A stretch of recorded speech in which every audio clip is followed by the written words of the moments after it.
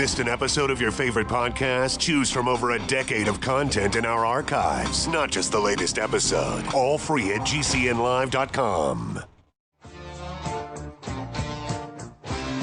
This is your call to action. Get prepared, America.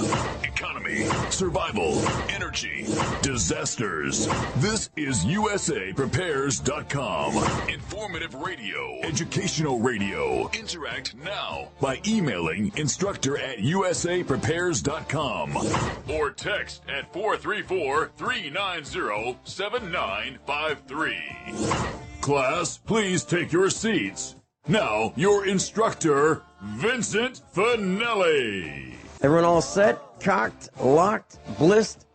Alex is engineering the broadcast in Minnesota at GCN. Dr. Shealy, are you blissed? Yes. That's great. Dr. Shealy, I got a call this morning. It's about an 11-year-old child. And she's probably going to be listening in as we discuss this. She's in the hospital right now with her dad. I know her dad. And so do you. And so she's an 11-year-old, and she has a possible appendicitis, they think. She has pain at just above her belt line, as I understand it. And the question, without frightening anyone who might be listening, what is an appendicitis, or what's the appendix used for? Well, the appendix has no unequivocal use. Some people believe that as long as you've got it, it improves the overall function of your colon because of certain bacteria there. But 99.9% of people live very healthily without an appendix if they have to have appendicitis and it is removed. And if it is truly infected, and that means it could actually cause an abscess or rupture even and cause severe peritonitis. So if it is truly appendicitis, I honestly think it's safer to take it out than it is to treat it with antibiotics. Safer to go through the surgery? Yes. Okay. I mean, I had it at age 19, and I've never regretted it. Meaning you've had an appendectomy. You've had your appendix removed. Yes. And two of my three kids all had it early in life. And what causes an appendicitis? Well, somehow it gets infected. And, remember, there are more bacteria in your intestine than there are cells in your body. So it doesn't take much disruption in the normal bacteria load, and especially in a little piece that's sort of off on the side like that, to set something astray. Okay, so where actually is the appendix? Well, it's actually in the lower right quadrant. It's if I put my hand down to the very bottom, as far as I can, in my abdomen, if it's still on the abdomen, and then come up about an inch above that. That's the appendix. I remember being in a doctor's office when I was very young, and I had some pain in my stomach area, just lower stomach area, and the doctor put his fingers just above my pelvis into my stomach area, and then had me cough. Yep. What is that? What does that do?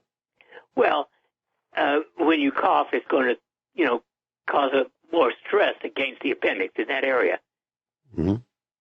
And so the reason for the cough is to see if it aggravates the pain.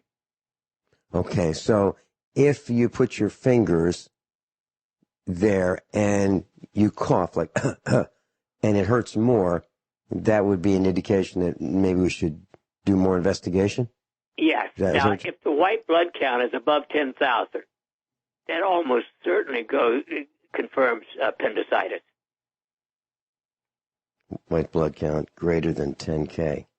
Okay. What other things should we look for to confirm that there is actually an appendicitis? Well, in general, I think with probably 99% accuracy, you can make that diagnosis just on the physical exam and the white blood count. Okay. Is there a benefit to an X-ray or an ultrasound, or are they just not likely? Okay. So how far in from the outer layer of the skin is this?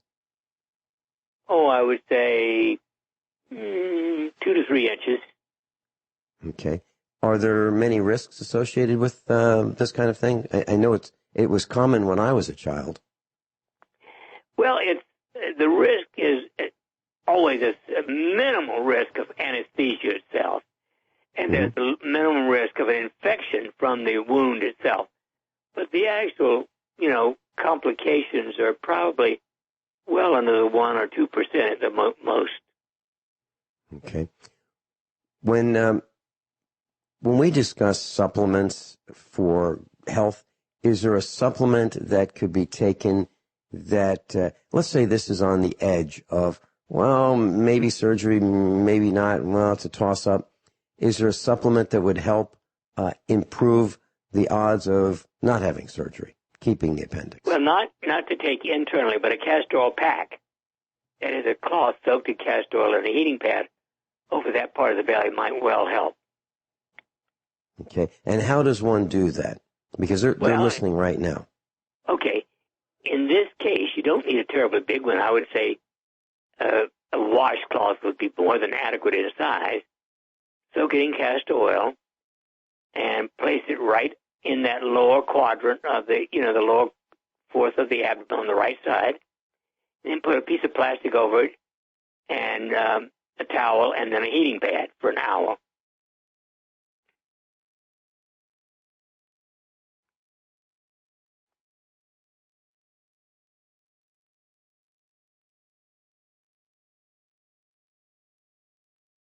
You there? Yes. Does that need to be USP, US Pharmacopoeia? No, that's regular massage castor oil is fine. Okay. Then you put a piece of plastic over it. I assume that's so it doesn't leach out and get sheets oily and that kind of thing? Exactly. Okay. And then a heating pad over that for 1 hour? Yes. And do you repeat that at some frequency, or is this just do it once? Well, if it makes a big difference, you might repeat it or even leave it on overnight. Just wrap it up, saran wrap. Okay. How about supplements, oral supplements? I don't know any oral supplement that would help at that point. Okay. Are there any supplements that should not be taken should surgery be the next step? Well, of course, aspirin is not a supplement, but it's a common thing that people take for pain. And you want to avoid that in case of surgery because it can cause increased bleeding. Okay. So no aspirin. Anything else that shouldn't be taken? What about a multivitamin? Is there anything in a multivitamin that would... Really, actually, you're better off not taking anything until you're certain what's going on with the pain. Maybe a little water, but I would not want to take any vitamins or food. Okay. So no aspirin, no eating, no supplements, no food, just water. Okay. Yep. And is there a risk of having water in the digestive system prior to surgery? No. Okay. All right. And so this appendix, as I understand it, it's kind of like a worm-like thing. It's kind of small. It just hangs out at the lower right part of the abdomen, which is in the first part of the colon. That's right. It's the junction of the small intestine with the colon. Mm-hmm. Okay. And it harbors bacteria. So what can we do to prevent an appendicitis? I would say the single most important thing to keep it healthy is to have regular bowel movements, 1 or 2 every day, without straining. And if that's happening, you're much less likely to get the appendix hung up, so to speak. Mm-hmm. Okay. And so to encourage 1 or 2 bowel movements a day, what kinds of things should we eat? What should we avoid? Well, basically, you want to be sure you're getting plenty of fiber. Now, fiber in general is more common in certain vegetables and certain fruits, and they help pull water into the digestive system and the intestines to lubricate things. So basically just eating a really healthy diet. What about psyllium powder, which is pretty much plain old bulk fiber, also known as Metamucil? Now, that would be the trade name for it. But now, interestingly, for many, many years, Metamucil was 50% plain old sugar. Right. But now on the ads I've heard, I don't know whether it's that, but actually they claim that it has no sugar. It's sweetened with stevia now. Mm-hmm. So that would make it at least more acceptable. On the other hand, if you're having normal bowel movements, I see no reason to take psyllium. Okay. All right. But if a person does take psyllium, it is available without sugar. And it's got all the taste of cardboard. So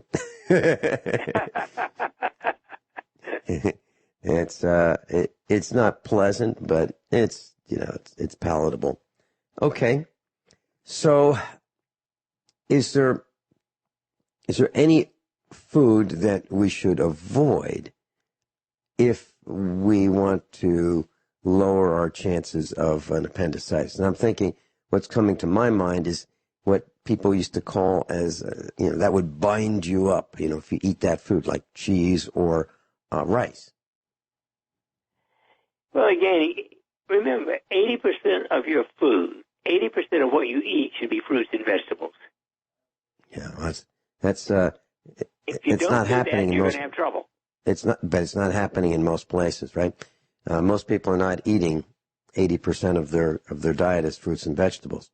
No, they're lucky if 10 or 20% is fruits and vegetables. Yeah, I think 10 or 20% would be really kind of high based on what I've seen. But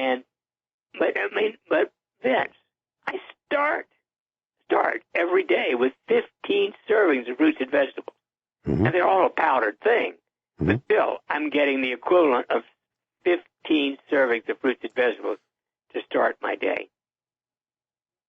Well, all of us should follow your example, the example that you are leading us with. Absolutely.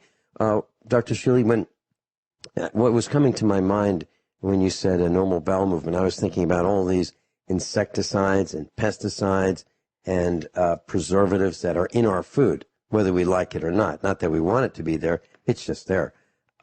Is that causing our digestive system to not operate properly, which could cause an appendicitis?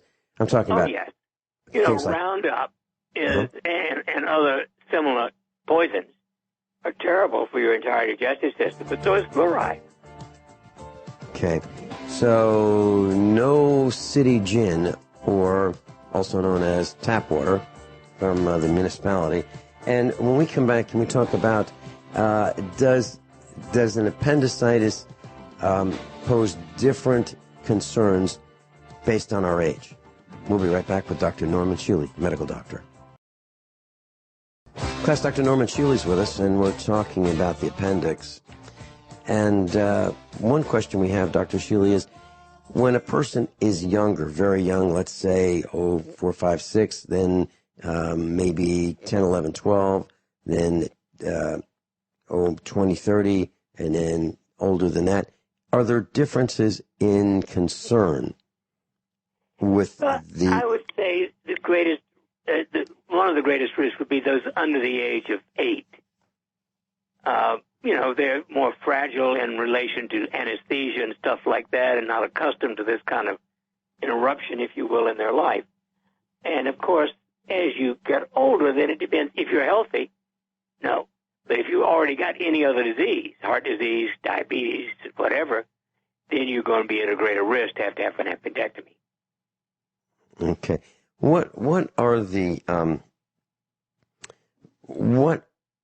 the concerns about a rupture?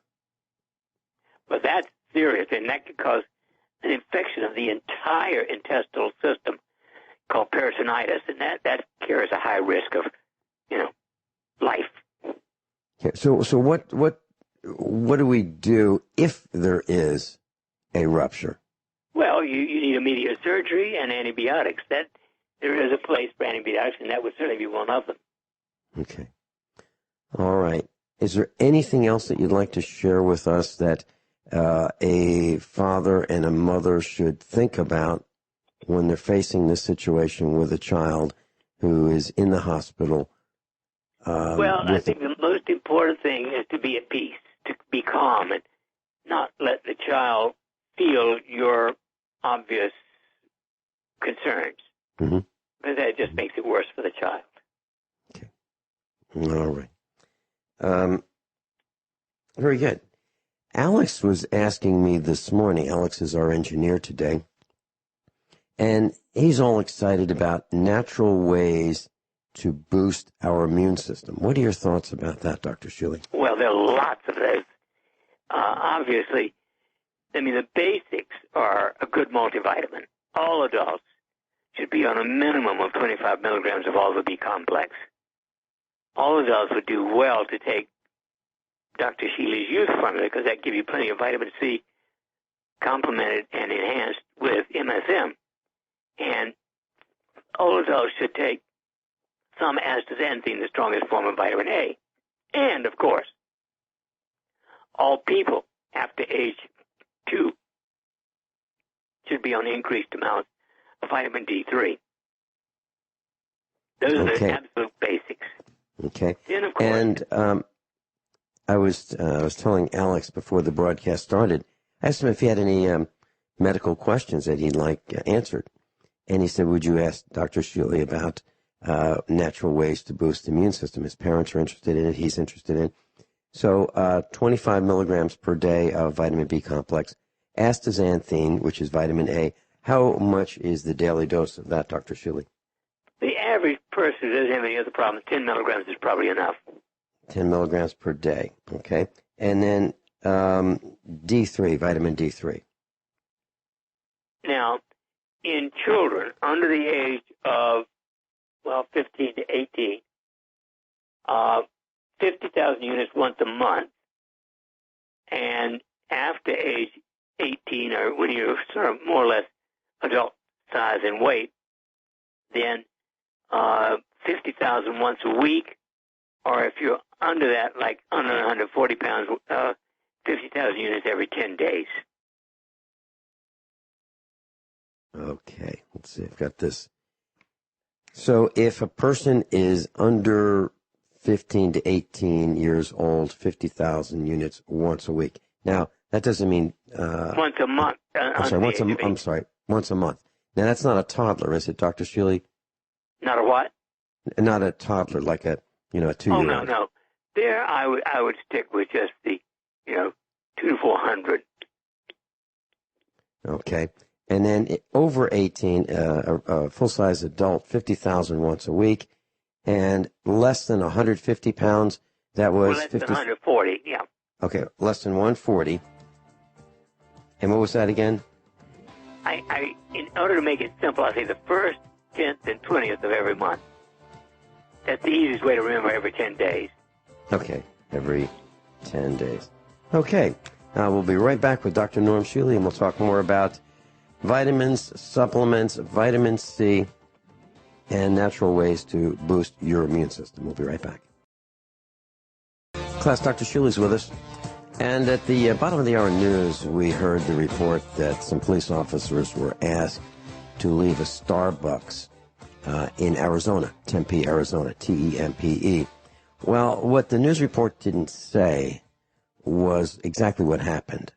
What happened was, according to my research, was that there was a customer that didn't feel safe with the police in the Starbucks.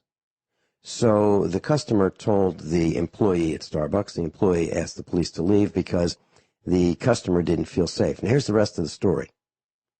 This is the same police department in Tempe, Arizona, that fatally shot a 14-year-old child because he had an airsoft gun. An airsoft, it would be like plastic BB gun. So the cops killed this young teenager, 14 years old. He was unarmed. He had an airsoft gun, and they shot him in the back. So would it be reasonable to say, hey, I don't feel safe with these guys, these 5 guys with guns in a coffee shop called Starbucks? I think that's reasonable. Reasonable to feel unsafe when that department, shot an unarmed 14-year-old in the back. Just wanted to mention that. So, sometimes you can't go by the headlines. You just can't go by the headlines. Okay. So, back to ways to improve your immune system, Dr. Shealy. What else can we do? I take probiotics, which is something that you've recommended for years, and I got to tell you, I think they work. Well, of course, and almost everybody will benefit from probiotics. And there are many, many, many different roads to Rome there, but you need to explore which one feels best to you. Now, I like the capsule called GR8-Dophilus, but you can take kefir, you can take buttermilk, you can take Greek yogurt, you can make your own kombucha tea. All of those are various forms of probiotics, and each of us may find one a little bit better on our particular system than some of the others. But that's, again, just part of the whole. The most important thing is to sleep well, exercise well, and eat well. Mm-hmm. And I was thinking about what you said, and you had recommended years ago Greek yogurt, and you like the plain Greek yogurt, if I remember correctly, without the sugar and without the flavorings. And, of course, it doesn't taste as well. But what I do is I take Greek yogurt, which is thicker, has more mass class than just plain old regular yogurt that you could buy at the supermarket. But you can buy Greek yogurt at the supermarket.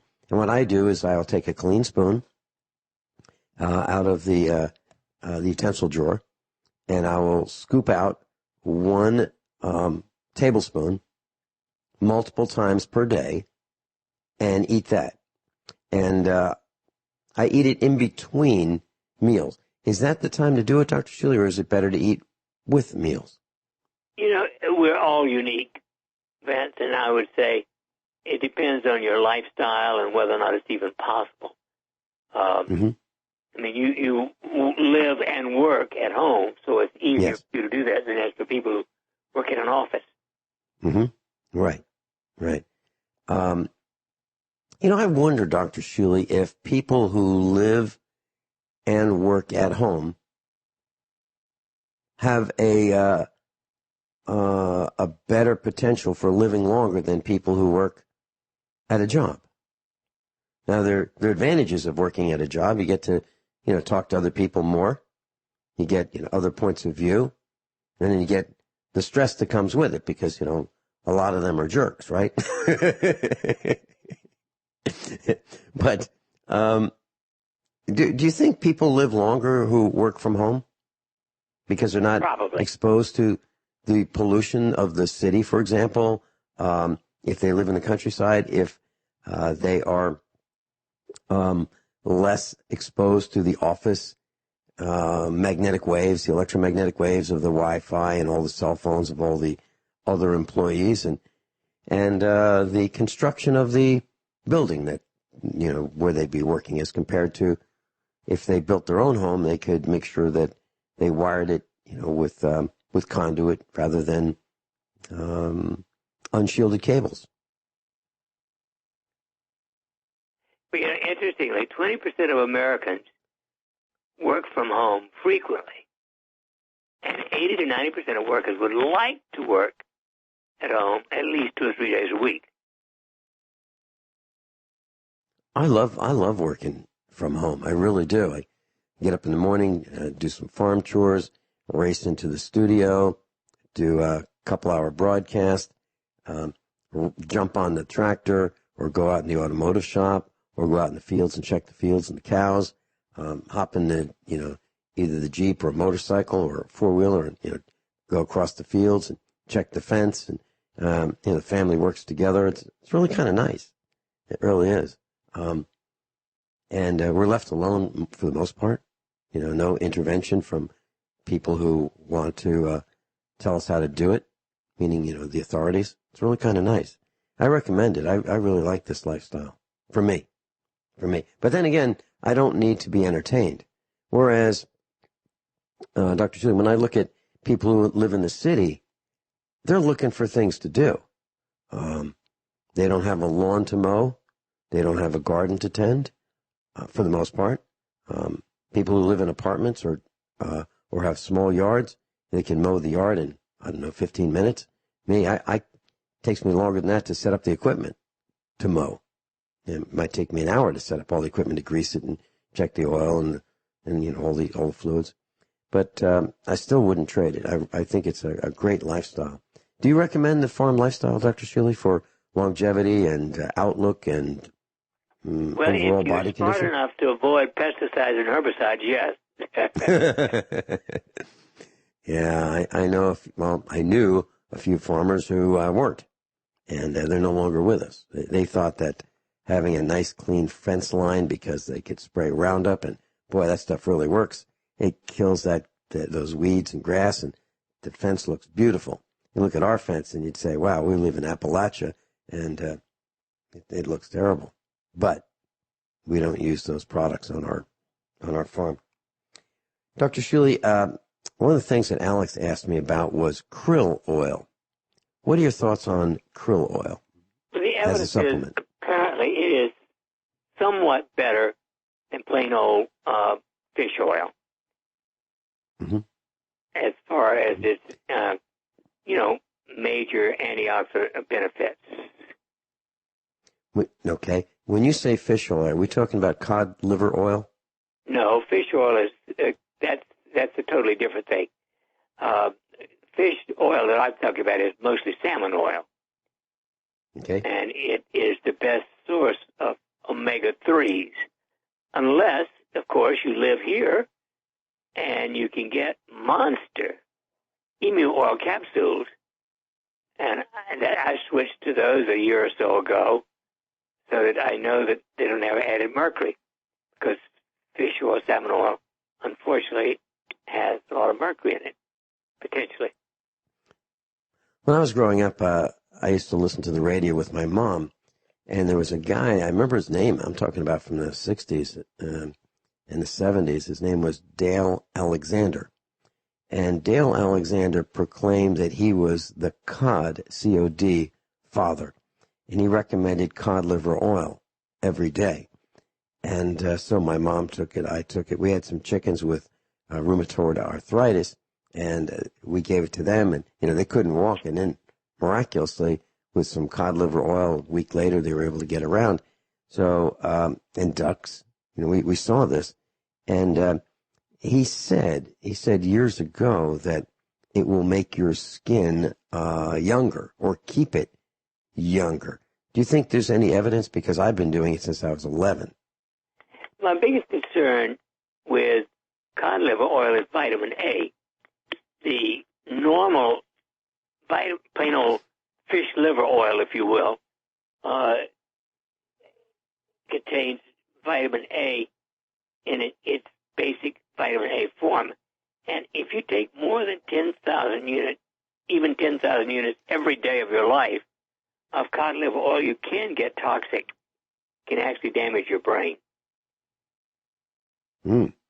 Now, okay, so would 3 little gelatin capsules a day be too much? Well, I would have to ask I want to know how much vitamin A is in them. I'd look at the content. And what was that maximum number? 10,000 units a day. So less than 10K per day. So 10K is the maximum. Okay. Yeah, because 15,000, especially 12,000 even, can actually cause swelling of your brain. Okay. Does it cause nosebleeds? Not. I don't think so. But anything's possible when you begin to get toxicity. Okay. What we mentioned aspirin before. We're talking about people take aspirin for pain. Do we now know how aspirin works, or is that still a mystery? Well, we do know that it has certain specific anti-inflammatory potentials, and in general, those anti-inflammatory potentials are slightly better than ibuprofen and the other non-steroidals, but they all carry a risk to your gut. Mm-hmm. And so what happened with aspirin in hospitals? All of a sudden, I think back in the maybe 70s or 80s, there were commercials on the television saying, more hospitals use ibuprofen, compared to aspirin. Did they just get a better price to get us to all switch off the real cheap aspirin? Which costs almost nothing to... It's the pharmacomafia at work. Mm-hmm. So is there a benefit to ibuprofen, or if you had to choose one for a headache, if the headache were that severe that you just couldn't stand it, would you take an aspirin, or would you take an ibuprofen, or neither? Well, I guess if I was that desperate, I would take an aspirin. Okay. And I feel the same way. But normally I just tough it out. I'd say, you know what, I'm going to ignore it. And if I don't think it's, something to cause alarm, it's just a headache, I just keep on going. Or I might lie down for 15 or 20 minutes, maybe a half hour, and that's it. But I try to not take anything. So that leads to the next question about the cardiologist, Dr. Shealy, who say, oh yeah, take 81 milligrams of aspirin a day, baby aspirin. What about that? Well, and in the last month, there's been a new study saying that that's all a bunch of nonsense. Yeah. It's changing. It's like coffee. Coffee's good for you. No, it's not. You can get cancer. No, it cures cancer. They keep changing their minds. It's kind of annoying. I wish they'd get it right the first time. Dr. Shealy and I'll be right back after these few short commercial announcements. Dr. Norman Shealy's with us. Dr. Shealy, there are a number of states that have legalized marijuana. And do you have any concerns about that? You bet. Okay. There's no circumstance under which I personally would prescribe it, period, in the report. I just think it's a danger of becoming a pothead. Mm-hmm. Well, in Nevada, the governor just signed a bill that became law that says that an employer cannot discriminate against an employee who tests positively for marijuana in their bloodstream. Now, if you think about that, class, that's beyond nuts. So we're talking, well, there's some exceptions. If you are an emergency rescue type person, you can be discriminated against. If you drive for a living, meaning if you operate a vehicle for a living, that would be like a taxi or a truck driver, you can be discriminated against. But it seems to me, based on what I've read, everything else you cannot discriminate. That means you can have a judge who's high, you can have a surgeon who's high, you can have a dentist who's high, and that's okay in Nevada.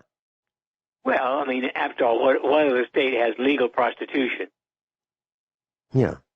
So. Well, but so now, I mean, this is beyond crazy to me. I'm with you. I don't, but that doesn't mean that people can't drive under the influence. That means if they do it for a living.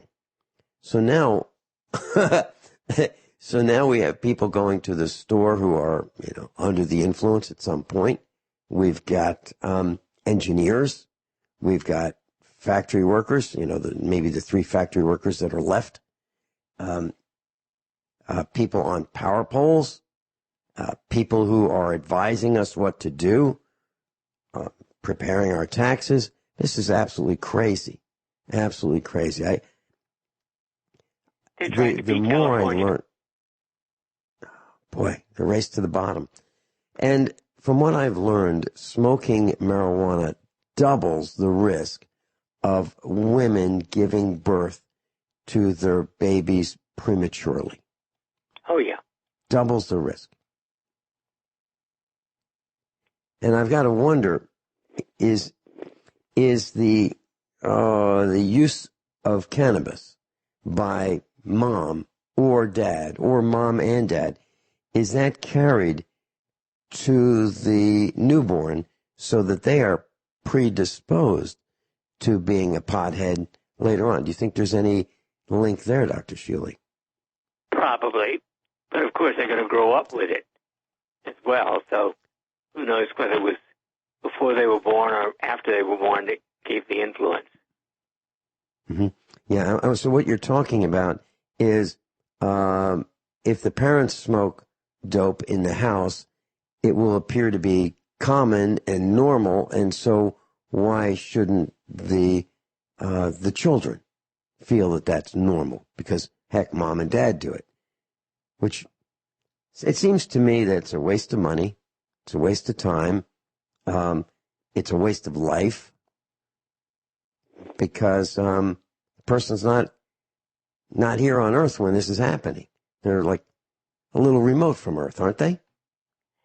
Well, as I said, I am unequivocally, totally, and forever opposed to so-called medical or any other marijuana. Why do you think that marijuana has gotten such a foothold in so many states that have legalized it? Well, it's going with how do you think that happened? It's going with the downhill of the leftista, they bring up into acceptance everything that has been frowned upon socially for the last 1,000 years. Mm-hmm. Well, according to what I'm reading right now, the states where it is fully legal, marijuana, Alabama, Alaska, California, Colorado, the District of Columbia, Idaho. Wait a second, Idaho. Excuse me, Idaho is fully illegal. So, let me go back. Fully illegal. Let's go by the states. Alabama, fully illegal. Alaska, fully legal. Arizona is mixed. Arkansas, mixed. California, fully legal. Colorado, fully legal. Connecticut, mixed. Delaware, mixed. District of Columbia, fully legal. Florida, mixed. Georgia, mixed. Hawaii, mixed. Idaho, fully illegal. Illinois, mixed. Indiana, mixed. Iowa, mixed. Kansas, fully illegal. Kentucky, fully illegal. Louisiana, mixed. Maine, fully legal. Maryland, mixed. Massachusetts, fully legal. Michigan, fully legal. We'll be right back. Everyone all set? Cocked? Locked? Hour number 2 of USA Prepares. Dr. Norm Shealy's with us. And let me just go quickly down this list. Marijuana is legally, you can legally have marijuana in the following states. Michigan, fully legal. Minnesota, mixed. Mississippi, fully illegal. Missouri, mixed. Montana, mixed. Nebraska, fully illegal. Nevada, fully legal. New Hampshire, mixed. New Jersey, mixed. New Mexico, mixed. New York, mixed. North Carolina, fully illegal. North Carolina. North Dakota, mixed. Ohio, mixed. Oklahoma, mixed. Oregon, fully legal. Pennsylvania, mixed. Rhode Island, mixed. South Carolina, fully illegal. South Dakota, fully illegal. Tennessee, fully illegal. Texas, mixed. Utah, mixed. Vermont, fully legal. Virginia, mixed. Washington, fully legal. West Virginia, mixed. Wisconsin, fully illegal. Wyoming, fully illegal. So that's it for the states that, if you're wondering what the law is of legality of marijuana in your state. What a mess. What a mess. I can't believe it. We have laws about drinking and driving, intoxication. Dr. Shealy, do you know of any quick tests that the police might be able to use to tell if a person is under the influence of marijuana, or does it take a blood test and a length of time? Yeah, I don't know a quickie test. No. Mm-hmm. Okay. All right. I had a question about oxygen. Dr. Shealy, there are a number of athletes who have used oxygen to improve their performance.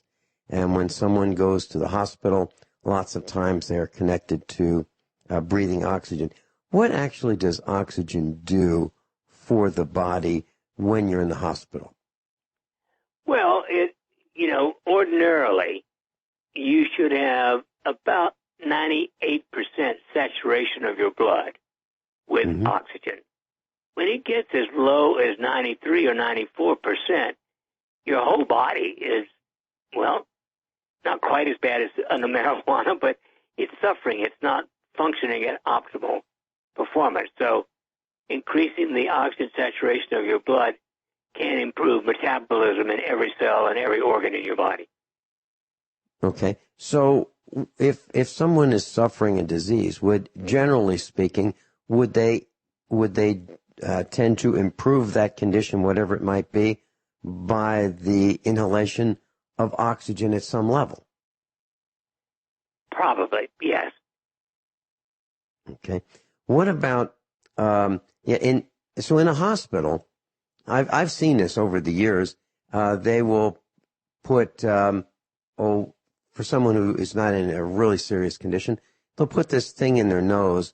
Each nostril will have a dispenser connected to a Y type of a hose that's connected to a metering device, and they may get X number of liters of oxygen. I don't know if that's per minute or per hour or what it is, but they might start off with let's say 4 liters measurement, and then the nurses and doctors want to wean the patient off that. Why is it that they want to wean them off? And they don't just stop it. They wean them off. Why is that? Well, like a lot of things, if you suddenly withdraw something that you've gotten accustomed to, so to speak, it can cause a metabolic shutdown or concern or worry. And therefore, it's better often to wean. All right.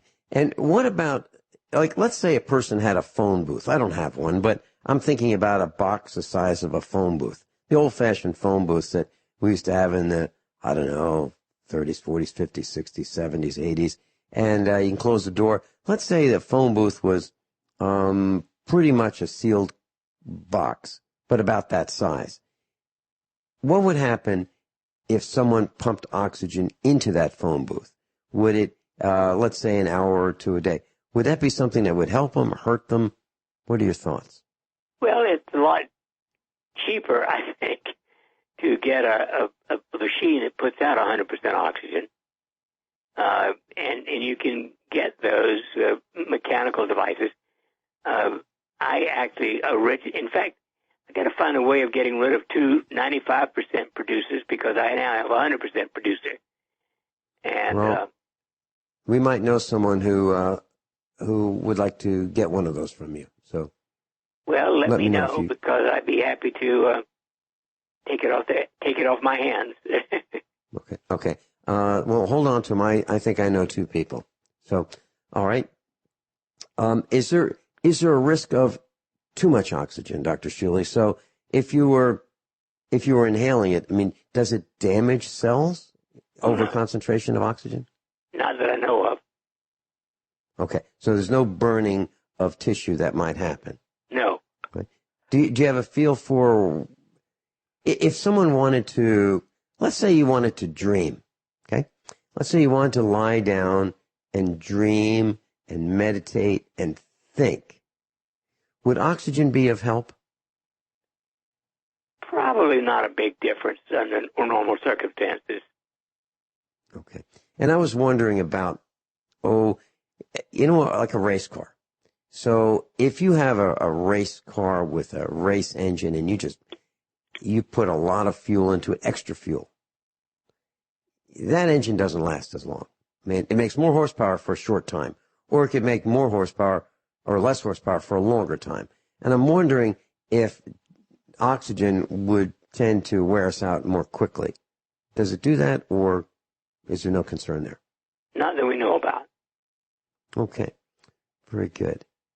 George in New Hampshire, thank you for calling. Hi, Vincent. Hi, Dr. Shealy. Dr. Shealy, I have a question, if I might.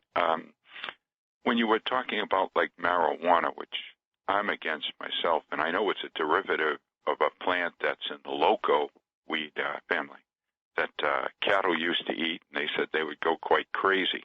And anyway, I heard that there was a component to marijuana use that I had only heard once, and it was schizophrenia. It sets you up for potentially being, going into a schizophrenic state. And I just was wondering what your expertise and vast knowledge in the medical field and in, human physiology, among other things, could you address that? And maybe people don't realize that there's a dangerous downside, that they could basically fall into a trap of sorts that they won't come out of using marijuana.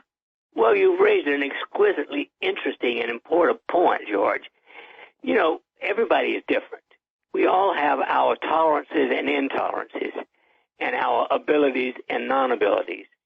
And so if you are a person who has already a personality that is, let's say, borderline, you're not quite over the hump, you're not quite crazy yet, so to speak, this is the kind of thing that can throw you into the worst of all psychological states. Now, it's not likely to happen in a person who's totally healthy mentally, no great anger, depression, anxiety, etc. But if you are suffering already from anxiety or depression, you're more likely to be thrown over the hill.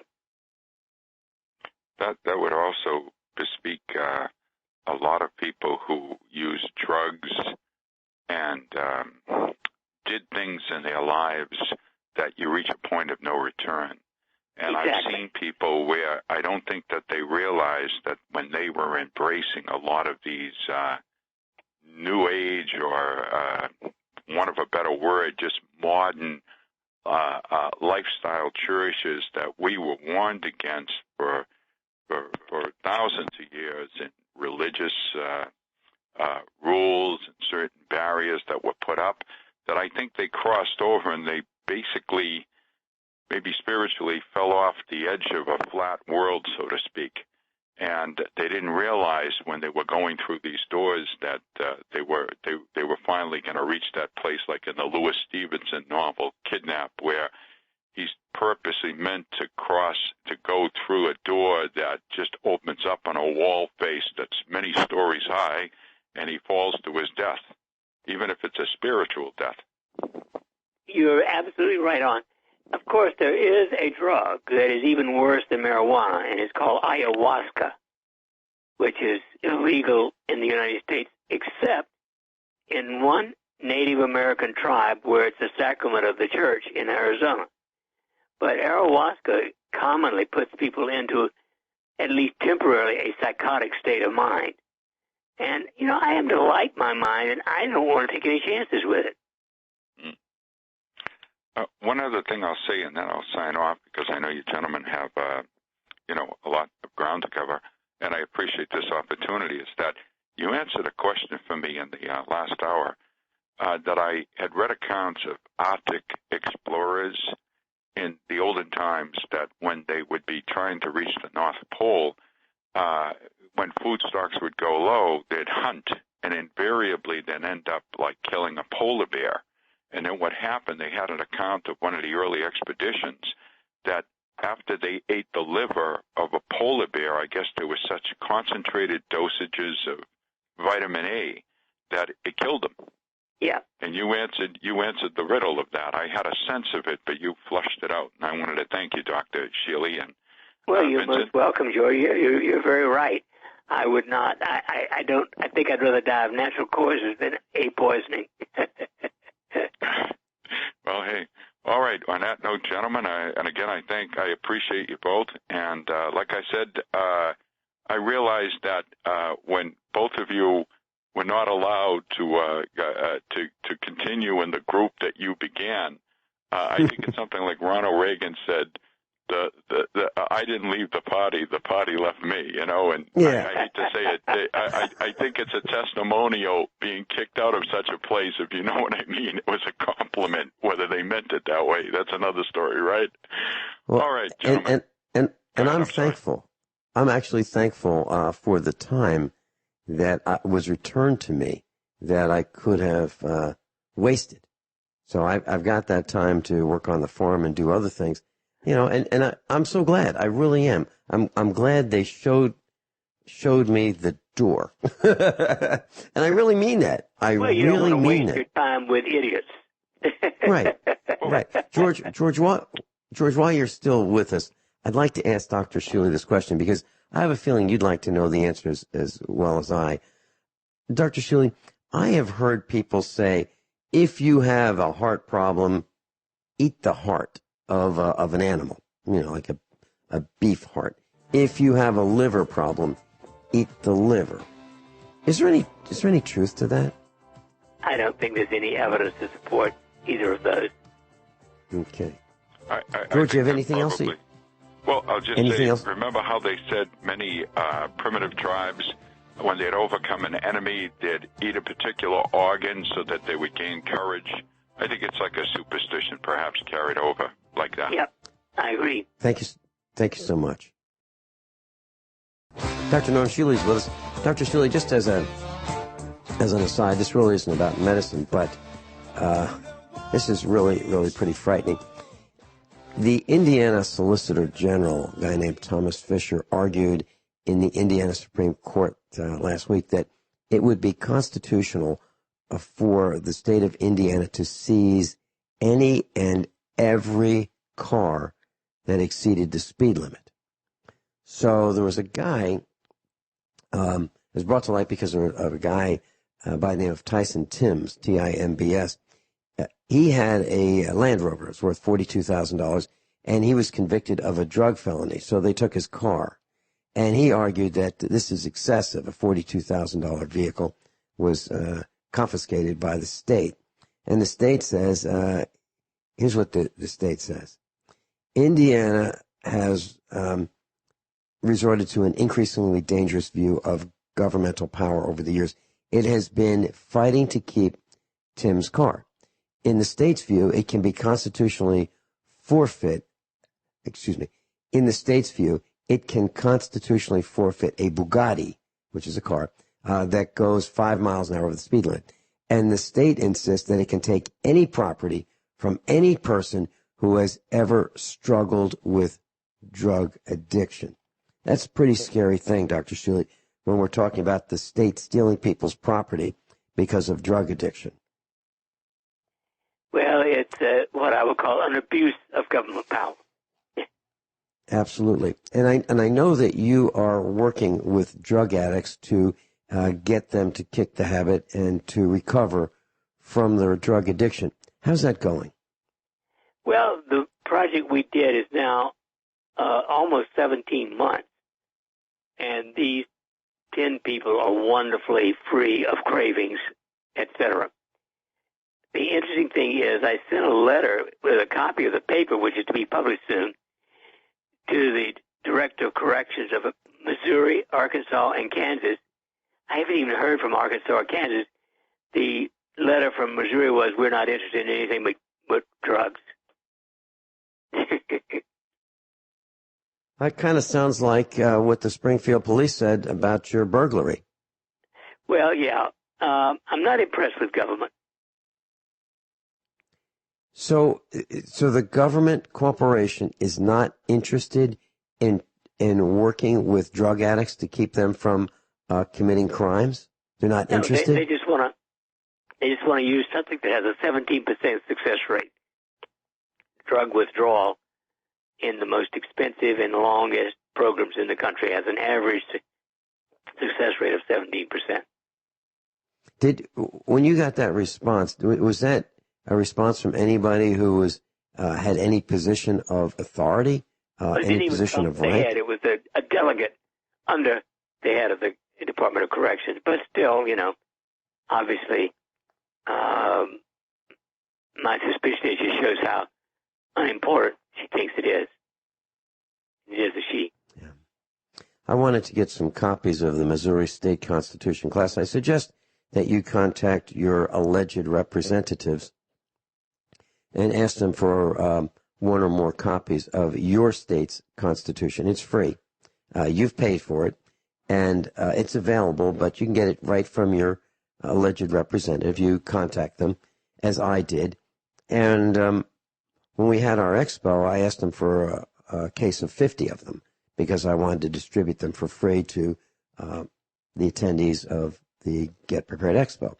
And what I got back was, do you know how much it costs to ship them? That's what I got back. To ship these are paperbacks. These are paperbacks. And I think it was like between $20 and $30. And that's what these guys are for. But they don't want to use their budget to support their constituents. I'm not sure what I guess maybe their budget is for travel and drinks and stuff. But they don't seem to want to use it. So I sent a letter to Hannah Kelly, who is our alleged representative in our neck of the woods here in Missouri, and I asked her for 5 copies. And I got no response. No response whatsoever. However, this gal, this alleged representative, will send happy birthday greetings. She'll spend the money for that, but she ignored my request, so I just copied the email, sent it to her again, and I said, second request. And you know what? I finally got the books, the Missouri State Constitution. So if you want them, class, that's how you do it. Just send an email to your alleged representative, and don't let it fall through the cracks. Dr. Shealy and I'll be right back. Class, Dr. Norm Shealy's with us, normshealy.com. Dr. Shealy, in order for our class to contact your office, set up a meeting with you, whether it be a Skype consultation, a telephone consultation, or an in-person visit, what number would you like them to call? 417-351-5221. Okay, class, 417-351-5221. That's the clinic telephone number in Springfield, Missouri, Central Time Zone, 417-351-5221. Dr. Shealy, I received a shipment of moringa seeds based on your broadcast with me last week. I was fascinated.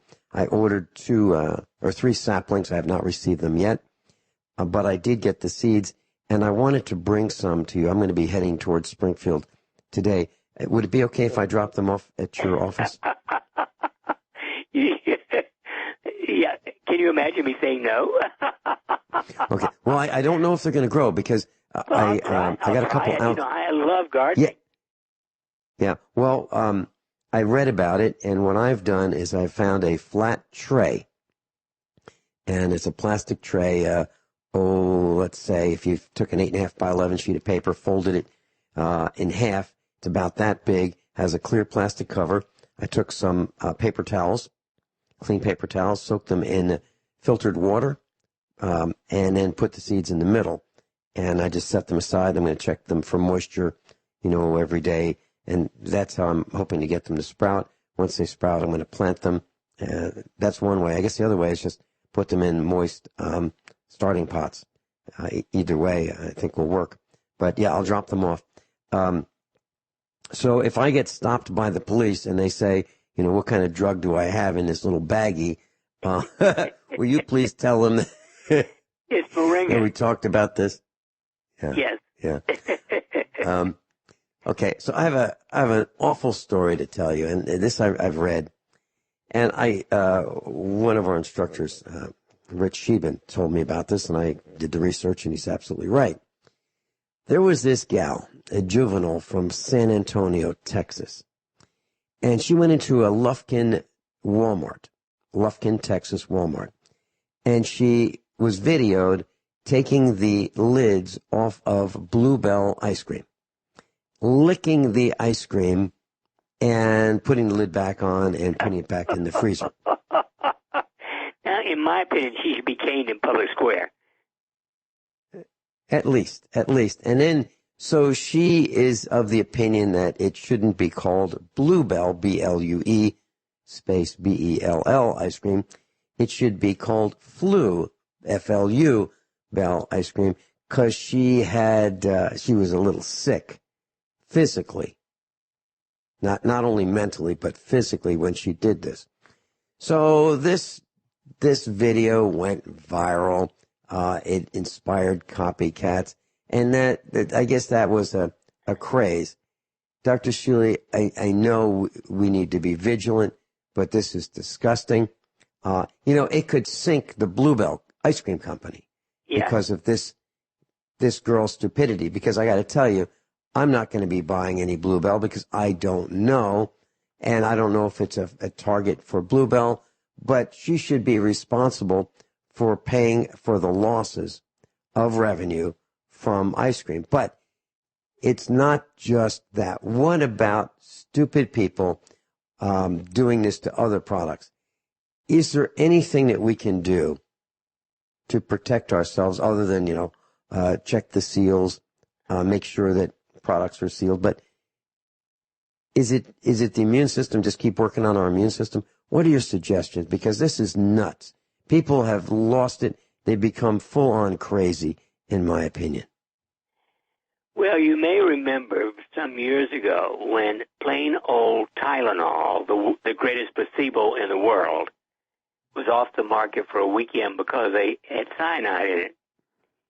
Yes, I absolutely do remember that. And since then, of course, to my knowledge, all vitamin and supplement and over-the-counter things like that have seals on the caps so they can't be opened and closed again.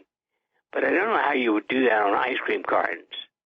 I guess I could put a piece of plastic that would keep you from, clear plastic the way they do on the other bottles. But it's just another taking care of insanity. Well, and it's not just that. Some jerk could, or crazy, could take, I'm not recommending this, of course, but I'm just trying to caution our class to pay attention. Bananas can be poked, oranges, lettuce. I mean, the list goes on and on and on.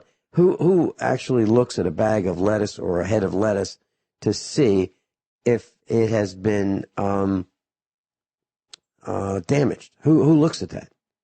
So, Dr. Shealy, then, if we're talking about lettuce, what do you do with lettuce before, I'm sure you wash it, but is there any particular procedure you use? No, you've got it. But of course, remember, I try to grow as much of my vegetable intake as I can, so that only in the heart of winter do I buy lettuce. Right. Okay. Well, let me tell you what I do, and maybe you can tell me I'm wasting my time, or maybe it's a good practice. I will take white vinegar, and first of all, I'll take the lettuce and I'll put it in a bowl. I'll tear the lettuce or cut the lettuce into the sizes of pieces that I want. Then I will wash it with tap water, which is unfiltered, it's filtered but not chlorinated, not fluoridated. And then I will a couple rinses like that. Then I will soak it in a very dilute solution of white vinegar and filtered water, and I'll let it stay for about 10 minutes. Do you think that the white vinegar might kill some of the bacteria that's on the lettuce? Oh, yeah. I would hope so. Okay. So am I wasting my time, or do you think that's a good practice? I think it's probably a great idea. Okay. All right. Well, that's what I do, class, so you can do that too. And I use white vinegar for lots of things. I keep it around the house as, for washing the shower walls, for disinfecting the counter, those kinds of things. That's what we use it for. And I think you ought to keep some around as well. And for people who have medical problems and they use inhalers, 50-50 vinegar solution can be used to disinfect, right? Yep. Okay. Dr. Shealy, I've noticed that antifreeze, and I found a lot of similarities between automobiles and the human body.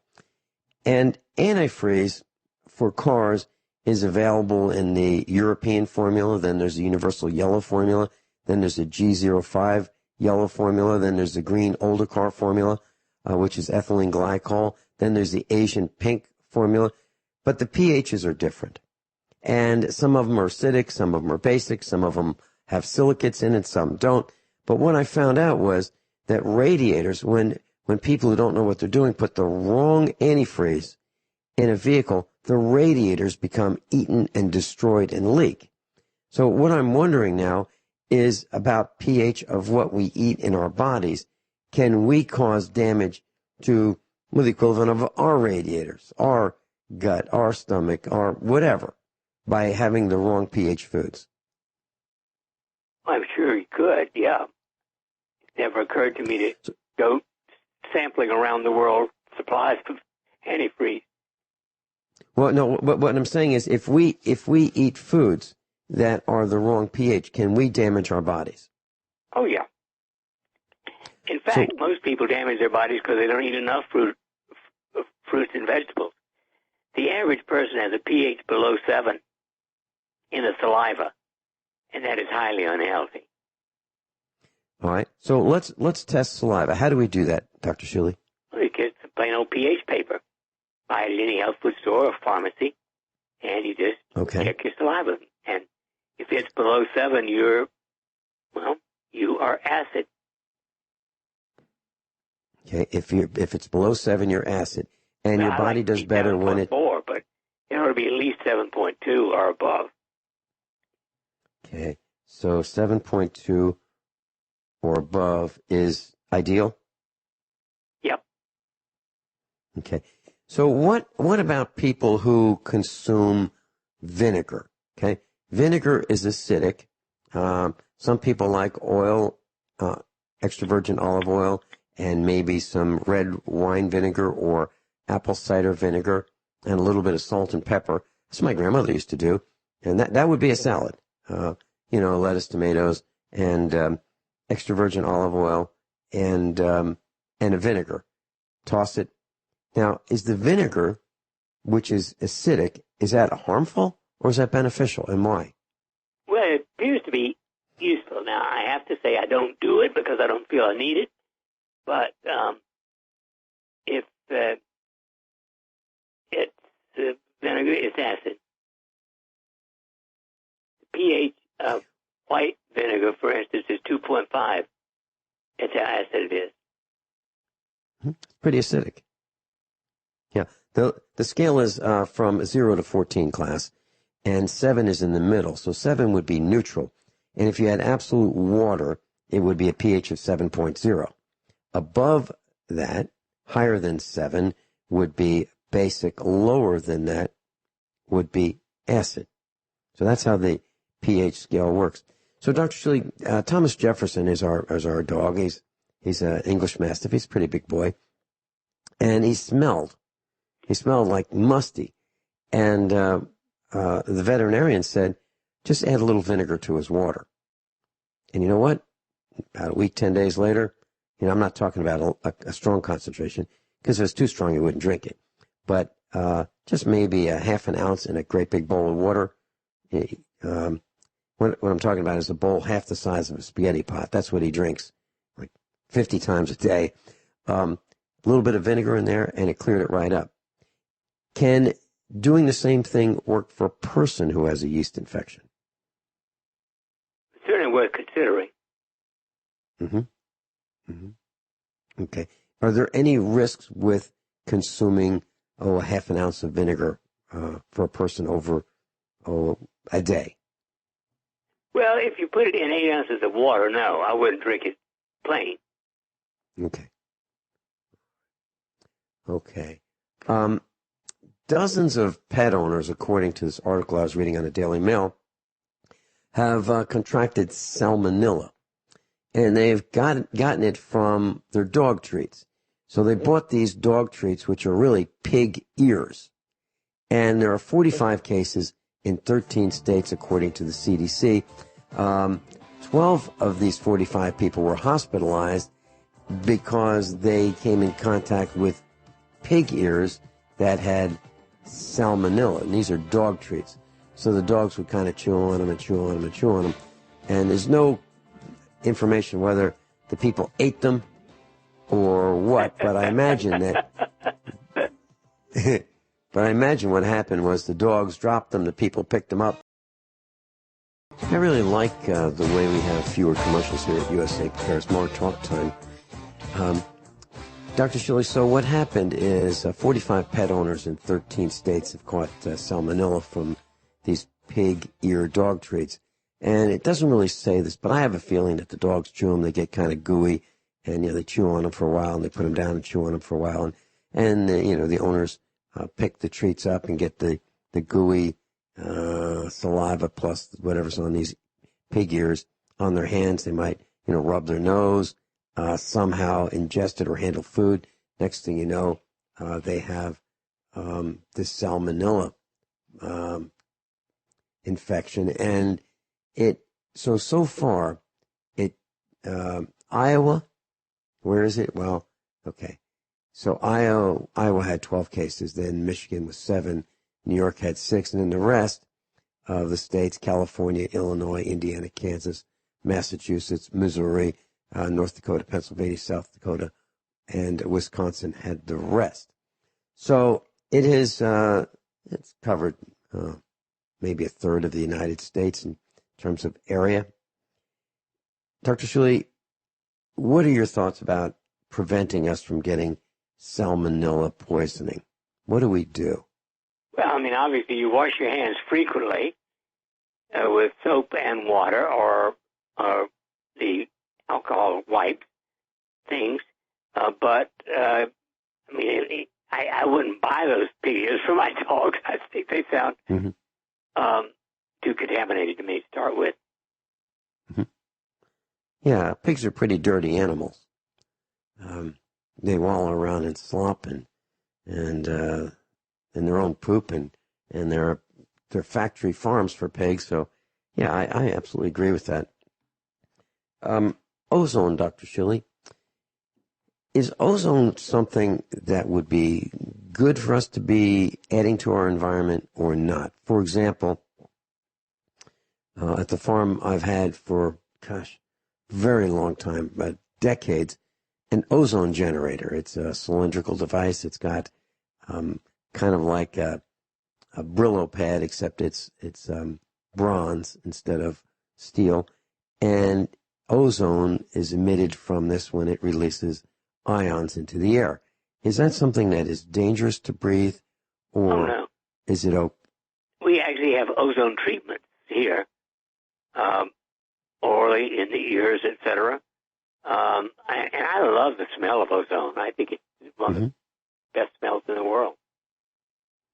Yeah, it smells like a just fallen rain, a rainstorm, maybe with a little thunder and lightning, electricity in the air, that kind of a smell. So, all right. So ozone is okay? Oh, yeah. I love it. All right. So back to the telephone booth. What would happen if I had a telephone booth, which I don't, but I might want to get one. But if I were to sit in a phone booth with an ozone generator? Yeah, that sounds a little dangerous to me. Obviously, you need oxygen. And although ozone can turn into oxygen, I wouldn't want to breathe nothing but ozone for any length of time. Okay. So how do you treat with ozone? What would be the protocol? Well, you have to be trained in it. And I have not been trained in it. Sergey and our nurse have been. Mm-hmm. And so if it comes to being used, they do the actual treatments. But it does require sophistication. Okay. So too much ozone is dangerous. I wouldn't breathe pure ozone for any length of time. Okay. Very, very good. Dr. Shealy, do you have any words of wisdom that you'd like to share with us, things that you have been working on that we haven't covered recently? Well, last Monday, Sergey and I had dinner together, and I got inspired, and so I've written almost 90 pages of my new book called Who Killed Common Sense? Wow. Okay. So can you share with us some of the things that are in your book or not? Oh, yeah. Well, interestingly, what I've learned is that common sense has never been common. I thought it was. Well, my father used to say, 80-plus years ago, I heard my father say common sense is the uncommon commodity. And I've always thought that's true. But actually, common sense has been talked about philosophically for hundreds of years. And actually, Thomas Paine is the real leader of our country in getting us into the Revolutionary War. He wrote a little booklet back in 1775 or 6, on common sense, and he argued that we needed to go to war to separate us from England. And it was a bestseller. I mean, they sold in the colonies. They sold something like 300,000 copies of this little booklet. And his booklet was called, quote, Common Sense, end quote. Yes. I guess I should read it again. I think I'll do that. Well worth doing. You can find it all Dr. Shealy, thanks so much for being with us. I'm going to try to swing by sometime today, and I'll just drop this off. No need to interrupt your day. I'll just drop this off at your nurse's station. Hey, thanks you so much for being. Thanks so much for being with us, Dr. Shealy.